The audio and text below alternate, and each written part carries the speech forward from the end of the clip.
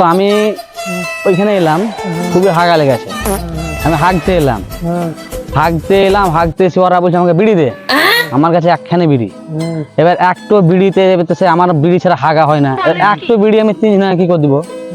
বিড়ি দিয়ে নি বলে আমাকে আচ্ছা ধরে মার চিনার পরে কি করে জানবো বলছে যে শালা তো বিড়ি দিবি না, ঠিক করে ছেলে ভাই দেখো কি করে আছে, একবার প্যান ম্যান ছিনিয়ে মুখ তো কালো করে নিয়ে দিয়ে একবারে। আওয়াজ কাকে পাবো, কেউ হইতো না। এবার তুমি বলো একটু বিড়ি 3 জনাকে দেওয়া যায়?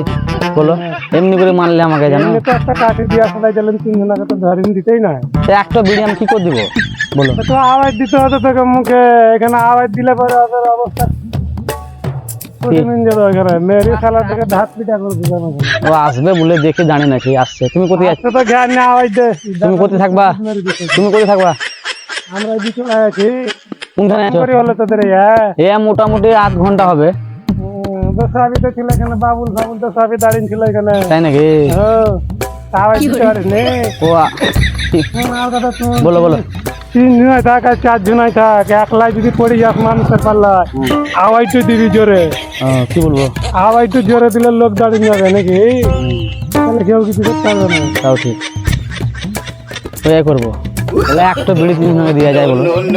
আমার তো এই হাগা বেহাই না, হুঁ টানাটানি ছিঁড়া ছিঁড়ি কি করে আছে।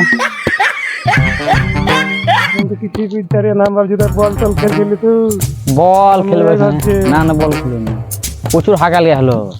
শালা বিড়ি একটাই ছিল, তাতে মুখও ধরে নিয়ে দেহ দেহ এখনো বেরাত আছে। রাত মাঝে মাঝে এসে ভালো হাঁকবো না, লোক বোঝানো আছে আসছে, থানা পুলিশ সব আসছে, সবকে ফোন করে। হ্যাঁ ঘেরবো, আসুক।